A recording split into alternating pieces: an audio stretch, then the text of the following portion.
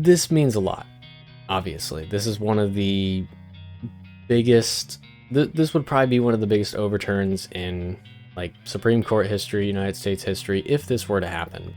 The left is losing its mind. They are losing it. And the reason that they are losing it more than anything else is they are not getting their way. And so immediately upon this... So the left isn't getting their way because the Supreme Court is probably going to take away the rights of half the country? What? I don't follow that. Okay. I'm reading Twitter, and some of these people... So Ian Brummer tweeted, "I'm conflicted on abortion as someone raised Catholic, anti-death penalty, who doesn't think there's a definitive answer on when human life begins." By the way, there is a definitive answer on when human life begins. It's at conception. There's no other scientific definition of human life beginning than that. How about being born, heartbeat, development of our brainstem? There's a lot of other definitions, Ben.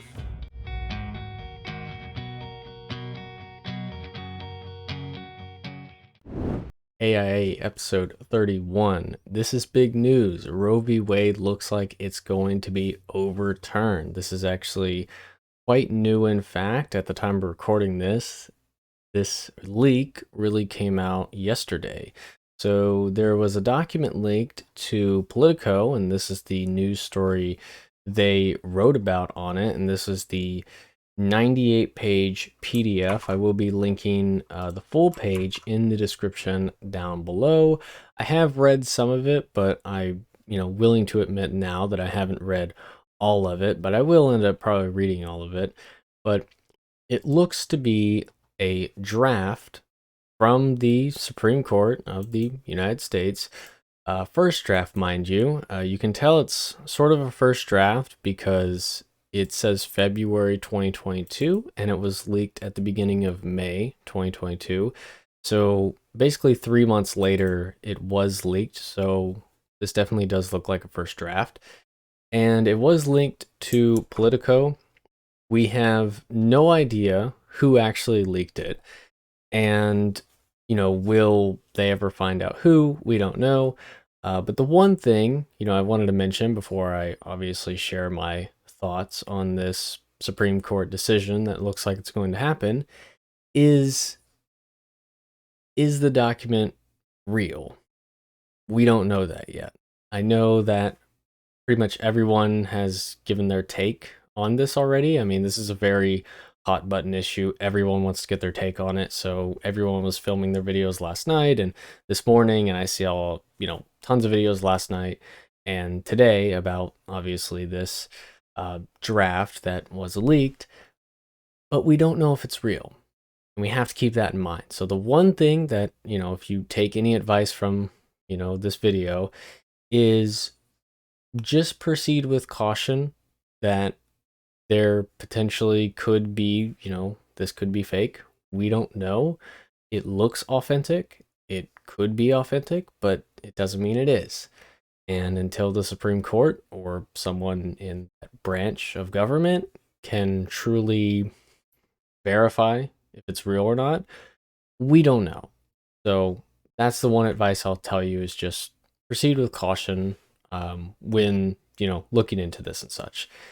Anyways, though, this means a lot, obviously. This is one of the biggest, this would probably be one of the biggest overturns in like Supreme Court history, United States history, if this were to happen, because Roe v. Wade has been an essential part of the United States for the past couple of decades of women actually getting abortions, and it's a nationwide thing. So what really happens if this were to happen? A lot of people ask that question first about let's just say this were to happen. What states would be affected. I actually have a video, a short one for us to react to real quick on if the Supreme Court strikes down Roe v. Wade, states that would be affected, immediately by legalization of abortion. So let's just get right into it. If the Supreme Court does strike down Roe, abortion rights would become a state-by-state issue. Local lawmakers could easily restrict access or outright ban abortion. Were Roe overturned today, and NBC News analysis from the Center of Reproductive Rights data shows at least 20 states would be set to ban abortions, the one on this map in blue. 13 of them have what are known as trigger laws on the books, meaning the overturn of Roe would trigger state laws that would almost immediately forbid abortions. So that's a very important thing to remember, is that, if Roe v. Wade was to get overturned, there are 13 states, mainly in the blue, there's 20, but 13 of them will immediately trigger laws against abortion. Now, I don't know all of them exactly. I know Arkansas is one of them. I think Oklahoma is one of them too. I don't know all of them exactly. But 13 of these blue states, pretty much if you live in these blue states, and if, Roe v. Wade was to get overturned, you're pretty much, abortion is not going to happen there. That should be pretty much well known. But, just keep that in mind. 13 states could immediately trigger their laws if Roe v. Wade was to get overturned, to where you could not have an abortion. So let's continue. The states in green have restrictions on abortion in place right now, and the states shown here in yellow have protected abortion rights through state laws and court rulings. In the yellow states, abortions are legal and will remain legal. And then there's New Mexico and New Hampshire. There, abortions would remain accessible, but not protected by state law. So let's just get back to the map here. That was the full map explained, is that the ones in the blue basically are all out banned. If you live in those states, Roe v. Wade get overturned, then, abortion is basically no more. If you are in green, then abortion is technically, available, but it is restricted, most likely in like a week basis. Like, if you're 16 weeks along, then you can't have an abortion at that point. Or if it's not compromising to the woman's health or the baby's health, then obviously you can't get an abortion that way. I'm guessing that's probably what the restriction is. Again, restricted though. Protected by law. These are the states that are in yellow. So Roe v. Wade gets overturned, abortions would carry on like normal. And not protected is sort of a special category of, even though abortions are available, they're not protected by the law. Basically meaning there's no sort of barrier or sort of, thing getting in the way of a law being passed very easily to actually legalize abortion. So keep that in mind as well. Let's continue. Protected by state law. So confusion. And abortion rights could soon be very different depending on where you live. In a moment, reporting from Garrett Hake in Austin, Texas, on one of the states with those trigger laws. First, CNBC's Perry Russum in Chicago on where individual states stand now. As conservative justices started filling the Supreme Court, states began passing new abortion laws, preparing for a possible strikedown of Roe v. Wade. We'll continue fighting for the unborn lives in our great state. In Alabama, lawmakers passed a near-total ban on abortions. In Kentucky and Florida, bills have been signed banning abortions after 15 weeks. So there's where the restrictions lie. So it's 15 weeks. I almost got it right with 16. But after 15 weeks, the reason that's important is because that, I think, bleeds into the second trimester at the moment. So basically it's like only in the first trimester then you would be able to really get abortions. So that's where the restrictions come in. There's obviously a lot of like problems with that. If, like, let's say you're only getting abortions in the first trimester, a lot of women who get pregnant, normally don't even figure out that they're pregnant within the first, month or month and a half or even 2 months, which you're already, halfway or over halfway with the first trimester. So it's very, I guess, problematic. It presents a problem when you restrict abortions like that, because if you only restrict them to the first trimester, or at least, the first trimester and a little bit of the second trimester, it doesn't actually help all cases. Now, does it still apply to most cases of abortion? Yes, but again, there are these edge cases that, do require a little bit more time. So just keep that in mind. Well, let's continue. Abortions after 15 weeks. We want these kids to grow up in loving homes. In Ohio, we really value human life. Governor Mike DeWine signed the heartbeat bill in 2019. It makes abortion illegal after the first detectable fetal heartbeat. Just remember with the heartbeat law, and heartbeat can be detected as early as 8 weeks, which is 2 months in. So again, that sort of restriction is, basically it gets rid of a lot of abortion cases. An early heartbeat can be detected in 8 weeks. So just keep that in mind as well. It only goes into effect if Roe is overturned. I think we're going to look and see if there are other laws or other changes that we would want to make. Across the country, states are split by ideology, with leaders in Democratic states pushing to make their own moves. The state of New York will always be there for anyone who needs reproductive health care, including an abortion. In Connecticut, a new abortion rights bill is headed to the governor's desk. Right now, only doctors can perform an abortion. When the bill becomes law, advanced practice registered nurses, nurse midwives, and physician assistants will be added to the list. We're going to fight to protect a woman's right to choose. In Illinois, Governor J.B. Pritzker calls the state a safe haven for reproductive rights. If they can reverse 50 years of settled law, then every Supreme Court decision that has made this country freer and fairer can be reversed by this. Yeah, I really like that. I was kind of hearing that sort of argument today and yesterday, is that this is 50 years. I think it was 1973 when Roe v. Wade came into effect, and it's 2022 now. So that was, 49 years ago, basically 50. I'm basically kind of saying, and a lot of these other people that make this argument are saying as well, that if it can be overturned, being this old, and this sort of like used this much over 2-3 generations of people in the United States, that's I would say, I guess, not a good look. I mean, especially just think of like the legalization of gay marriage is only like a decade old. Imagine if that was to get overturned, which it very well could be. So just, I don't know, again, sort of an argument that when you hear it, doesn't always, I guess, resonate immediately. But when you start thinking about other laws and Supreme Court, rulings, you start to think, wow, that could be overturned, or this could be overturned. It doesn't matter the age of it or how long it's been in practice, really. So, yeah. Court.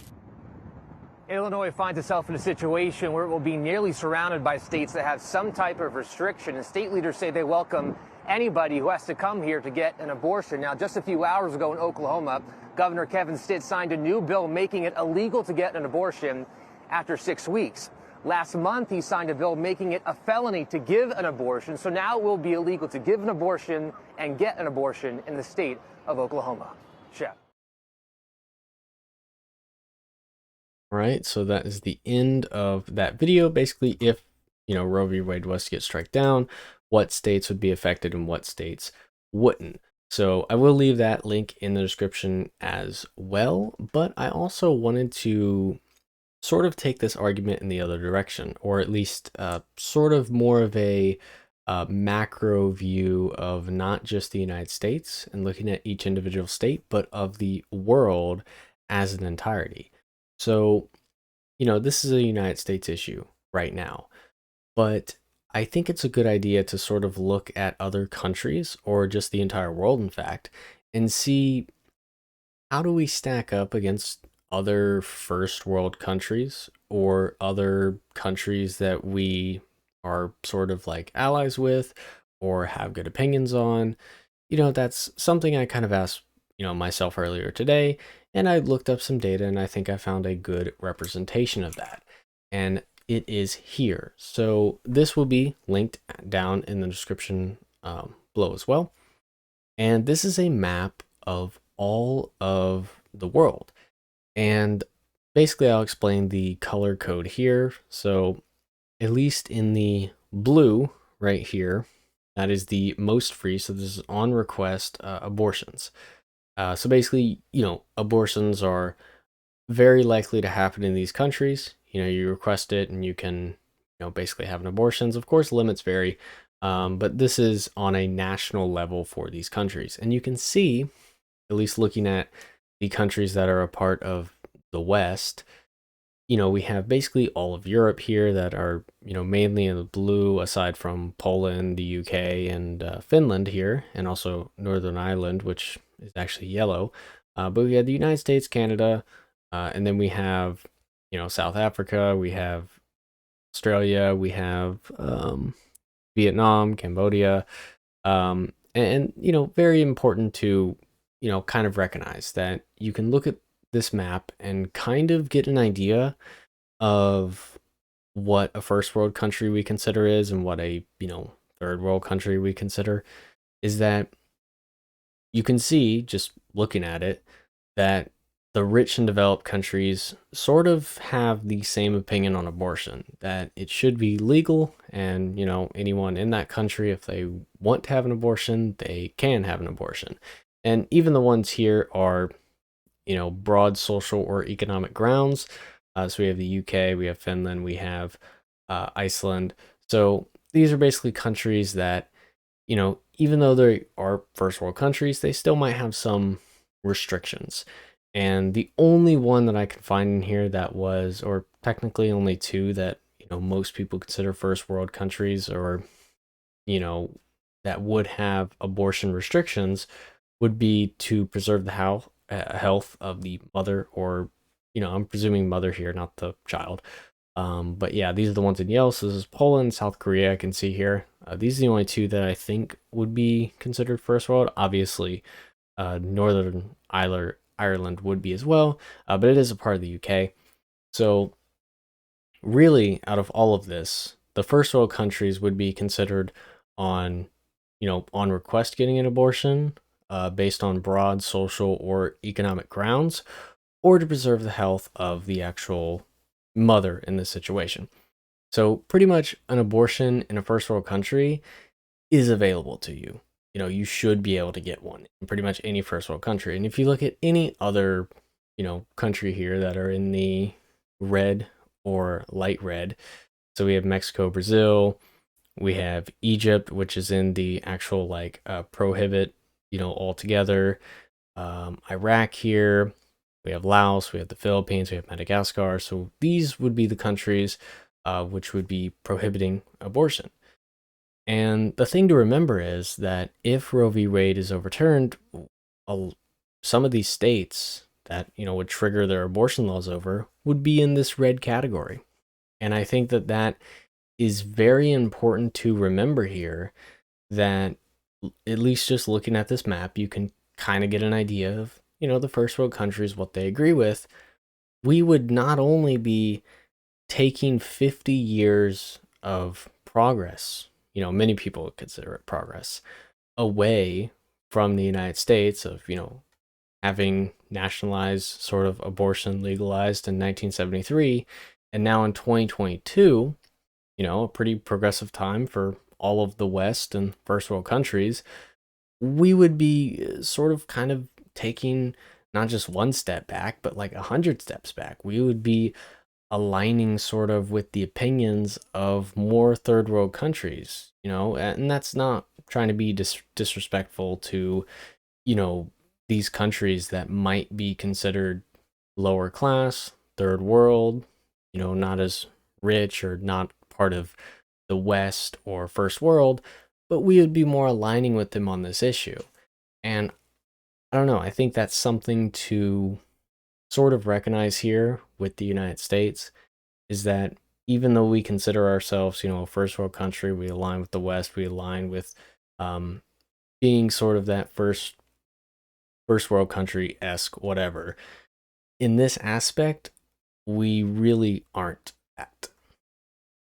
And I guess following that, we can react to one more final video in the podcast, which, normally when I do these sort of news shows or news episodes on the podcast, I like to react to someone who is in a strongly political position, normally someone from the left and someone from the right, to sort of get a, what is the left saying, what is the right saying on this issue. But I've watched a lot of people on the left's videos of this topic of, what if Roe v. Wade was to be overturned, and, what would that basically cause and also their opinions on it. And I basically agree with all of them. Of course, I agree with abortion should be available to anyone who gets pregnant by any means. And I don't think there should be restrictions on, like, 8 weeks or getting an abortion at this time, or, first trimester or whatever. I think, if you're a woman, you get pregnant, it should be your decision whenever you want to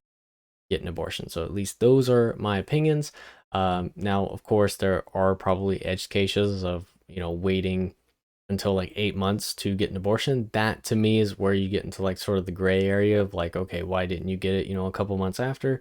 But again, if someone's willing to debate me on this topic, I'm willing to have that debate. But again, I'm a pro-choice sort of person. But anyways, the final video we have here, we have a Ben Shapiro video that I will be reacting to. It's 16 minutes long. Don't know if I'll watch the whole thing. I guess I'll try. It is in 1.25 speed anyway. But basically, it's him reacting to leftists' meltdown over the leaked Supreme Court decision. I like how in his titles now he doesn't use like liberals anymore, which I remember he used to, but now he used leftists. So let's see what we can say here about Mr. Shapiro. Anyways, let's get into it. The left is losing its mind. They are losing it. And the reason that they are losing it more than anything else is they are not getting their way. And so immediately upon this... So the left isn't getting their way because the Supreme Court is probably going to take away the rights of half the country? What? I don't follow that. Okay. Story breaking, a crowd started to gather at the Supreme Court. They had to put barriers outside the Supreme Court. They put actual physical barriers outside the Supreme Court. People started pushing up. Remember that time when January 6th was a coup? Remember that time when it was a threat to the rule of law? If you want to talk about January 6th, literally fucking alt-right people stormed the damn Capitol causing a ruckus. These people are protesting. I don't think they're going into the Supreme Court and causing a riot. They are protesting. Like, can you make the distinction there?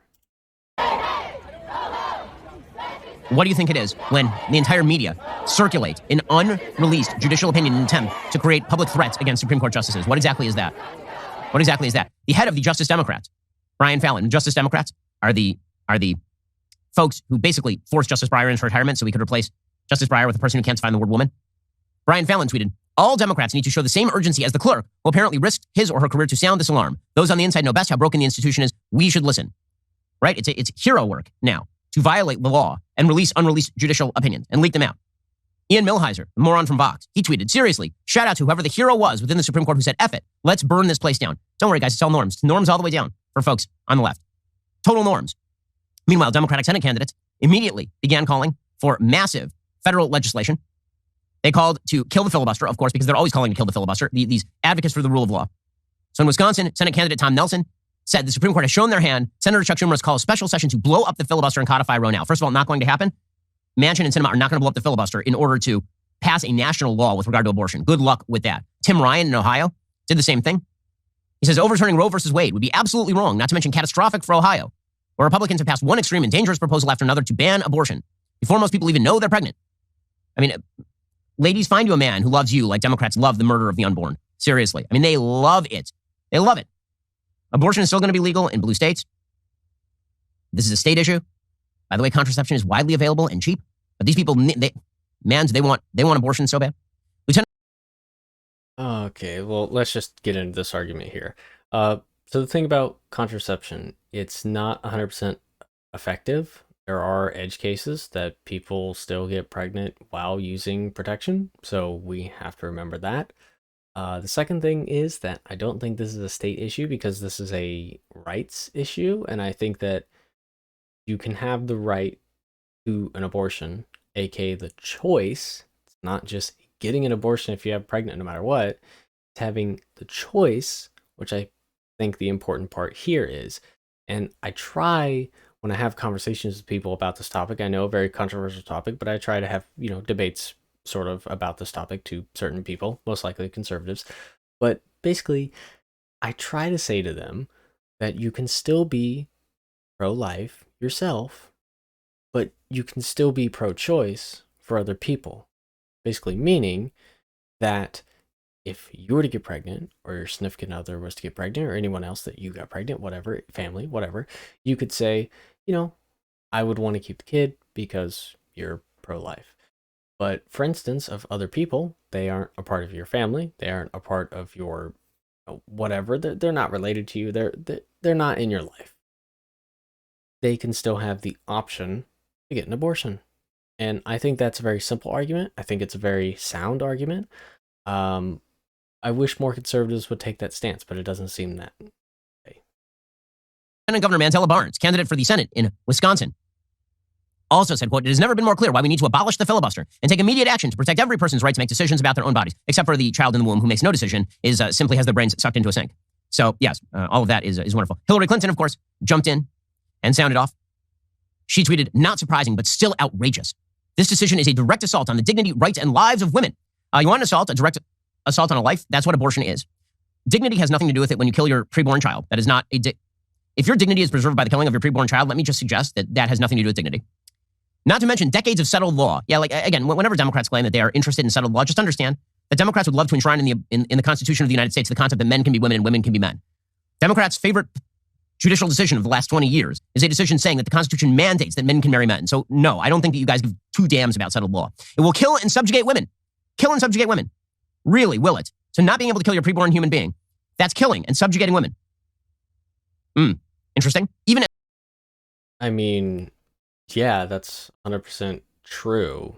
Hillary Clinton doesn't actually give the best opinions out there. I don't necessarily like her a lot, but I can acknowledge a good take when I see one, and that is a good take. Yes, banning abortion would inevitably subjugate women and also kill women in the process. Because again, if it's all out banned and the baby is a threat to the mother while in the womb, then yeah, it could kill her. And I think the subjugation comes in is really when a woman gets pregnant. She's basically sidelined, from working or being a productive member of society for around, a year or something. Because again, you have to think about, being as productive as you can. I shouldn't say a year. I should say, a couple months. But, she wouldn't be her full self for about a year. And that's very important because at least when we talk about, women being equal to men in society, is that one of the hurdles that is very hard for women to overcome that men never have to worry about is actually being pregnant. And being pregnant causes a lot of, problems, obviously, with being like a productive member of society. And when I say this, I mean like holding down a job and like being as productive as like, being high up in business, whatever, being a high business individual, whatever, all of the things that come with it, it requires a lot of time. And being pregnant would very much hinder that person. And I'm not trying to say like women who are stay-at-home mothers are, worse or in any way that or worse than, women that are high business individuals, whatever. But this is the sort of difference that has to be acknowledged, is that when a woman gets pregnant and she can't have an abortion, well, she could sort of stagnate her job, have to take time off, and maybe not get that promotion she was, kind of aiming towards. And that sort of thing has to be recognized here, because if we're truly trying to make our society as equal as men and women, then this sort of decision could very much hinder women in that way of not only not getting abortions, it would also hurt them in the way like financially, status. They wouldn't be, like for instance, women nowadays in their 20s normally out earn men in their 20s. And I think that's a good thing. You could see how far they have come. But again, this would really hurt them, not only of not having abortions, but also financially and, socially. So, yeah, something to keep in mind. As a vast majority of Americans think abortion should be legal. What an utter disgrace. So here's the question. If you are so confident the vast majority of Americans think abortion should be legal, why don't you run on it? Do it, seriously.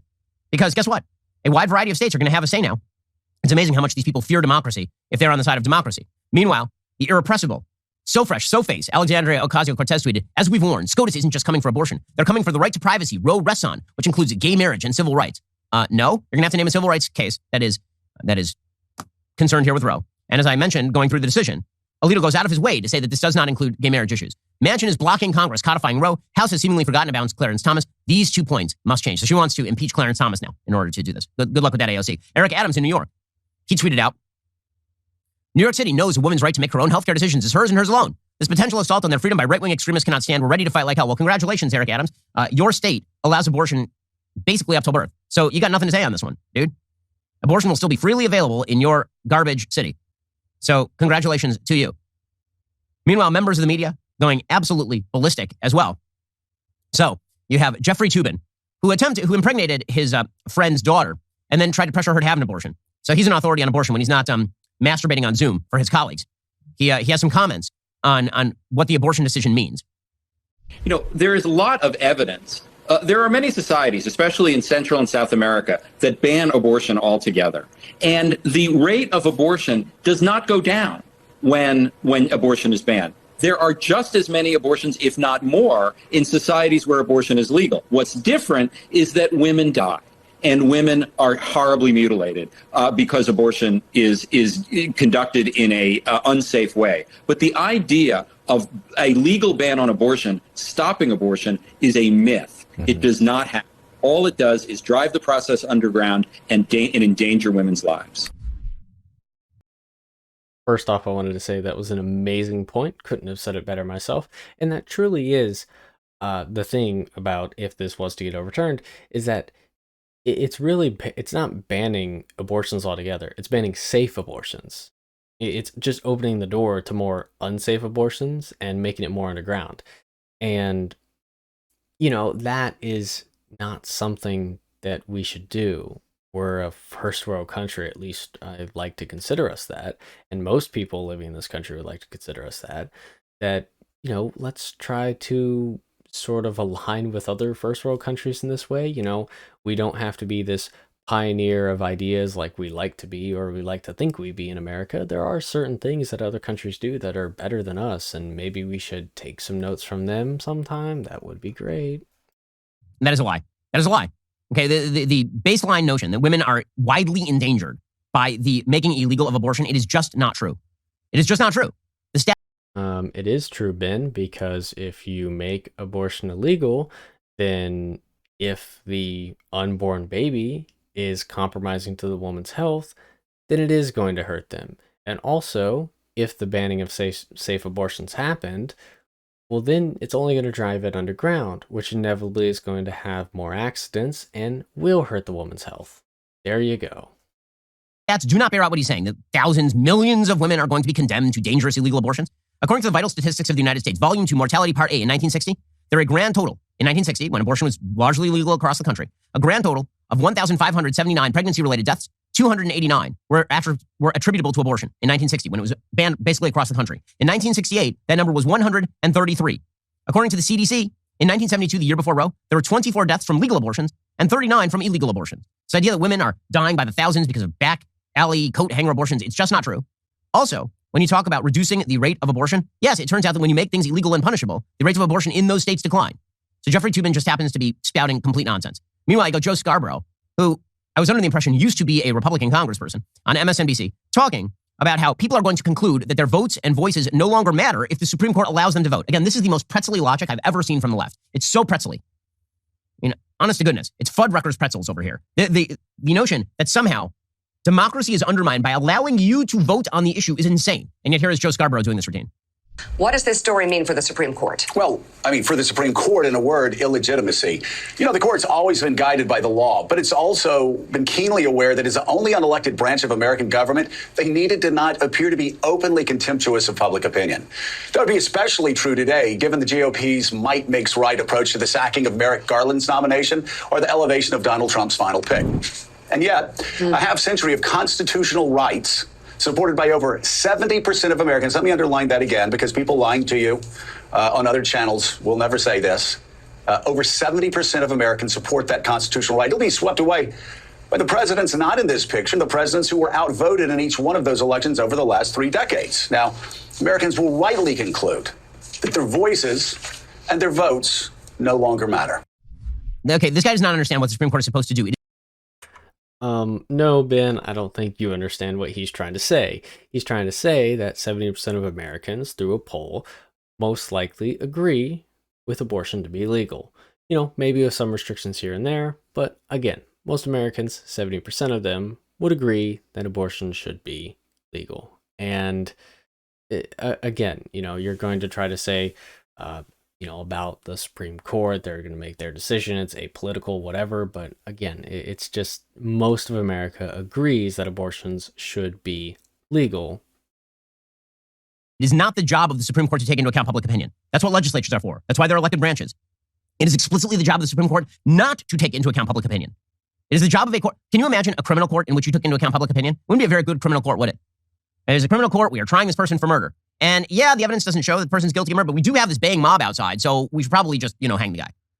Courts are explicitly designed not to take account of public opinion. But according to Joe Scarborough, they're fundamentally illegitimate if they don't take account of public opinion. And also, the idea is somehow that because George W. Bush and Donald Trump appointed the majority on this court, that somehow the decision is illegitimate. I'm confused. If you're concerned about democracy, shouldn't people... He's not trying to say it's illegitimate. He's trying to say that it's illegitimate of the time we're in. And it's also sort of skewed in the sense for conservatives. Because if George W. Bush and President Trump, both elected to Supreme Court, whatever, to the, Supreme Court justices to the Supreme Court, then obviously that would, sort of skew the opinion in the sort of conservative way. We know that. And, that's what President Bush and President Trump did. And you have to remember that. It's going to skew the opinion. People vote on the, not the court, people vote on the issue. I love the idea that democracy is undermined by people being allowed to vote. It's an amazing statement from the left and demonstrates they don't care about the systems. They don't care about all they want is their way. That's it. That's all they care about. That's all they care about is their way. Meanwhile, Rachel Maddow on MSNBC, she's back for 30 seconds to lament the possibility of a national abortion ban, which from her mouth to God's ears, but it ain't going to happen. Here we go. This new reporting that Republicans in Washington have been debating and planning on proposing a nationwide abortion ban, a 6-week abortion ban, which is effectively a complete ban on abortion in the United States. And if this ruling is if the ultimate ruling from the court is going to look anything like this, and we're going into a midterm season where the Republicans are poised to take the House and the Senate, then, President Biden is still President Biden, and he would presumably veto such a measure. But in the event that we had a Republican president in 2024, that's where we'd be. We'd be at a, South America-style nationwide abortion ban in America. Okay, she's out of her mind on a political level. I mean, I wish that were true, but it just is not true. If you think that Republicans in charge of Congress and the Senate and the presidency in the absence of Roe are going to pass a nationwide abortion ban, and I'm as pro-life as anybody in America, on a political level, it ain't happening. The best that would happen, the best that you could hope for, is that they would start pushing back national bans on abortion. Right now, the only federal... Thing to remember, Ben, is that Roe v. Wade stood for almost 50 years. And if it gets overturned, that would be huge. I would not be surprised if any sort of level of abortion restrictions would happen in 2024. Let's say if there was a Republican House, Senate, and president. Just to remember that. Laws that are in place are like partial birth abortion bans. You might see that gradually push back to 20 weeks, 16 weeks, maybe even 10 weeks. The idea of a full-scale national federal ban on abortion, the country's just too divided for that. It's not going to happen politically. Okay, but when it comes to the states, that is where the issue is going to be solved. That is where the issue is going to happen. And what that's going to do on a political level, and this is a very good thing, it's going to lead to a continuation of the big sword. There are a lot of people who are worried about the polarization of American society. You know what polarizes American society? When every issue has to be solved top-down. That's what polarizes American society. What polarizes American society on the federal national level is when I feel like my life here in Florida is being controlled by people in California. And when people in California feel like their life is being controlled by people in Florida. When I feel like there's a giant government gun that is pointed at me and my children by people who I don't live near and who don't care about my priorities and who disagree with me, that is a problem. The founders understood this, which is why they created a federalist structure whereby most law was done at the local and state level, not at the federal level. What the Supreme Court is doing is now returning the issue that is the most contentious issue in American life back to the state and local level for regulation, which is where it should be. Barring on a constitutional legal level. On a moral level, I'm a believer that there should be a constitutional amendment to protect human life in the womb. But barring that, the system provides for the states and the localities to make these decisions. And the fact that the Supreme Court is now abiding by its own role in interpreting the law rather than just imposing it top down. The fact that the left finds this shocking or upsetting is amazing to me. And again, they keep saying things like, well, the people aren't with it. Well, now we're going to get a chance to find out. Now we're going to get a chance to find, but you don't want to find out. That's the point. You liked it when the Supreme Court was doing your priors. You liked it when the Supreme Court was imposing its will top down. Again, the logic here is just insane. I'm reading Twitter, and some of these people, so Ian Bremmer tweeted, I'm conflicted on abortion as someone raised Catholic, anti-death penalty, who doesn't think there's a definitive answer on when human life begins. By the way, there is a definitive answer on when human life begins. It's at conception. There's no other scientific definition of human life beginning than that. About being born, heartbeat, development of her brainstem. There's a lot of other definitions, Ben. I think it should be a woman's decision. It's tragic the Supreme Court is taking that away. They're not taking that away. They're leaving it up to the voters of the particular states. And by the way, the notion that the only choice that matters in a woman's reproductive life is the choice to abort is crazy. That's a crazy lunacy. There are a series of decisions that women make throughout their lives about reproductive choice. When to have sex, when to get married, when to use contraception, when to get pregnant. The baseline idea, I mean, by the way, the left is giving away the game when they treat abortion this way. It used to be they treated abortion as sort of an evil that you had to tolerate because there were certain situations in which the baby was malformed or in which somebody was raped or it was an incest case or these are difficult decisions. Now the left just admits it right out. It's a form of contraception for them, which demonstrates the evil. Because if you're using abortion as a form of contraception, that is one of the highest forms of moral evil I can imagine. I mean, you can consider that evil, obviously. Anyone is entitled to their own opinion. But if people use it as contraception, what does that affect you? You know, at the end of the day, it's not your family. You don't know the people, whatever. And, you know, that's why you have rights in the United States that you can choose how to use. And if people want to use their right to an abortion as a form of contraceptive, yeah, is that a little bit fucked? Of course it is. I agree with you. But at the same time, you know, they're using their right and they're using it legally. So, again, nothing I can really say. It's just an opinion at the end of the day. If you're using abortion as a way to make your life more convenient, this makes you a bad person, definitionally. You're not doing it based on some extenuating circumstance. You're doing it just because it's convenient and you were too lazy to use contraception or because the condom failed or something.